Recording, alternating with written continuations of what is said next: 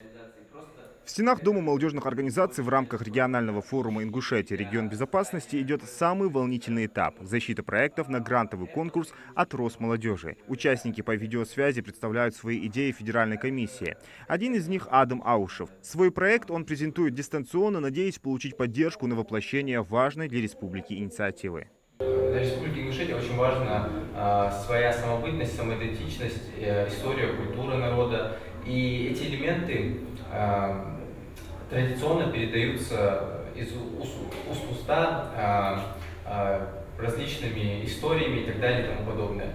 И в современную эпоху развития технологий мы, честно говоря, немножко теряем хватку в этом плане. Проект Адама направлен на культурное просвещение школьников. Автор предлагает создать серию просветительских и одновременно развлекательных мероприятий. Интерактивные квесты по историческим местам, викторины на знание традиции и мастер-классы по народным ремеслам. Такой формат, по задумке автора, поможет детям в легкой и интересной форме лучше усвоить информацию о своей малой родине.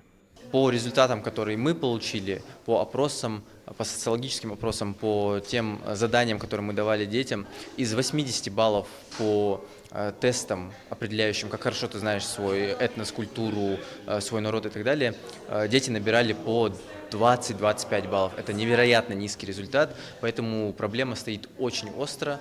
И в целом традиции передачи такой информации уже как раньше в старые времена у нас нету из уст в уста. Поэтому проблема, да, стоит.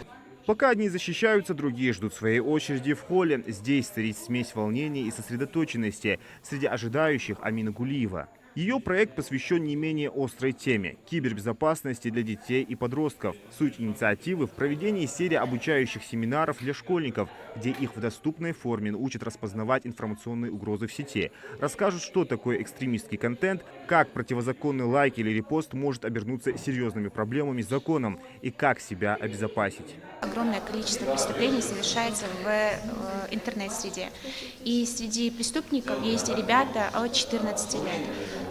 Порой для них возникает административная ответственность, но чаще всего сейчас заводят дела и по уголовной ответственности. И мой проект направлен на то, чтобы помочь людям понять, как фильтровать информацию и какой контент можно публиковать.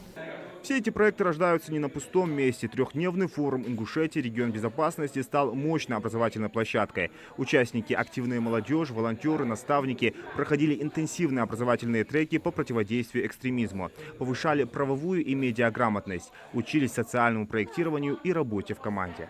Я знаю, что зарегистрировано в платформе было 120 участников. По отзывам, во всяком случае, которые я собирал, информация от федеральных экспертов была полезная, и сейчас будет в дальнейшем проводиться еще определенная профилактическая деятельность, которая будет выявлять социальный эффект этой встречи и насколько вообще полезно проводить такие форумы.